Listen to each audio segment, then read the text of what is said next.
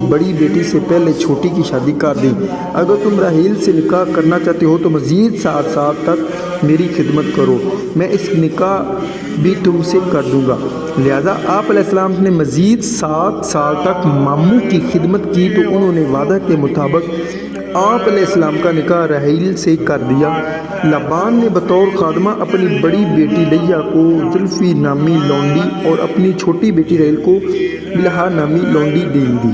میں ایک وضاحت کرتے چلے جائیں کہ حضرت یعقوب علیہ السلام کی شریعت میں 2 بہنوں کے بیک وقت نکاح میں رکھنے کی اجازت تھی، لیکن امت محمد حضرت یعقوب علیہ السلام کی اولاد حضرت یعقوب اپنے ماموں لابان کی دوسری بیٹی راحیل سے شادی کے بعد مزید 6 سال تک اپنے ماموں کی خدمت کرتے رہے۔